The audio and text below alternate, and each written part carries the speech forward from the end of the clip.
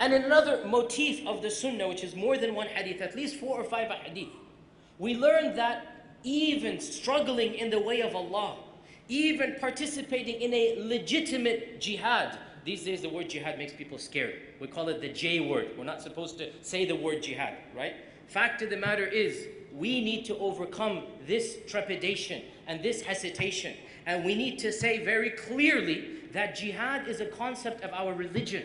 And it is mentioned in the Quran in hundreds of verses, and in the hadith in dozens of times, and it is mentioned in a noble manner. There's nothing wrong with the concept of jihad. What is wrong is how certain Muslims have misunderstood it. The concept of jihad remains noble. The concept of jihad remains a noble striving for the sake of Allah. Jihad means you strive for the sake of Allah. It doesn't mean you go kill innocent people. It doesn't mean you go bomb civilians. It doesn't mean you misinterpret your religion of Islam and you do that which damages your own people more than it damages others. But the concept of jihad is a noble one, and we should not be ashamed, and we should not be shy from using this word.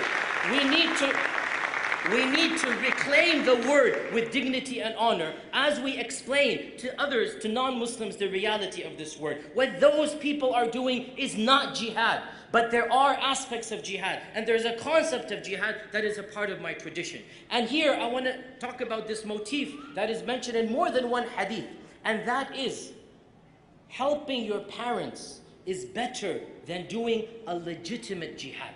Now, this is really relevant, especially in our times when we're facing a little bit of a crisis of certain youngsters, undereducated and overzealous, who think that they will revive the glory of Islam by doing acts of ridiculousness, acts of militancy and violence. They think that if they go overseas and they participate in military expeditions in Somalia, in Iraq, in Afghanistan, they might bring about the days of Salah ad-Din al-Ayyubi. For these youngsters amongst us who have been deluded by listening to certain clerics and being brainwashed by certain groups of people, I say in all sincerity to them, open up the Quran and Sunnah and read some basic ayat and ahadith. A man comes to the Prophet sallallahu alaihi wasallam. A man comes to the Prophet sallallahu alaihi wasallam and he says, Ya Rasulullah, I have come here to go and fight for the sake of Allah, to do jihad for the sake of Allah. So what do you advise me? Where should I go? The Prophet sallallahu alaihi wasallam said, is your mother alive? He said, yes. So he said, فَالْزِمْهَا, go and stick with her, because Jannah is under her feet. Jannah is under her feet. He wants to go for jihad. And this is a legitimate jihad, not the illegitimate type that we find in our times, not by killing innocent people and bombing airplanes and doing things that are utter and sheer stupidity, un-Islamic and downright evil and foolish. Doing a legitimate jihad in this hadith. This man says, I've come to do jihad.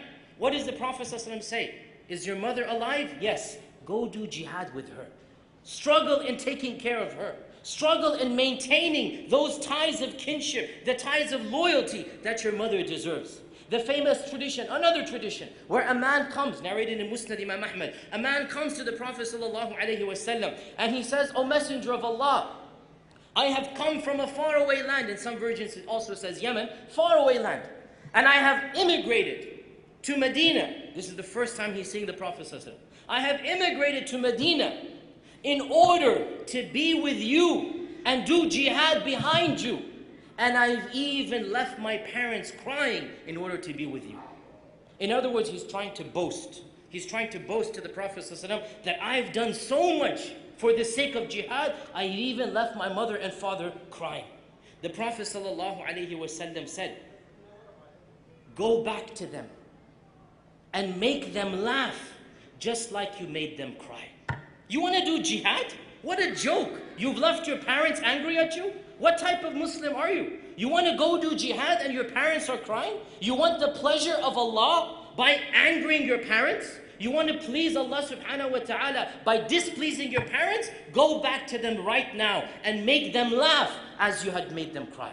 This is the real jihad, brothers and sisters. This is what we need to tell our youngsters and our overzealous, undereducated youth. Wallahi, it's easy to log on to a few chat forums. It's easy to talk some grandiose, ultra-romanticized, utopic talks that I'm going to do this and I'm going to do that. But it's very difficult to listen to your mother and father.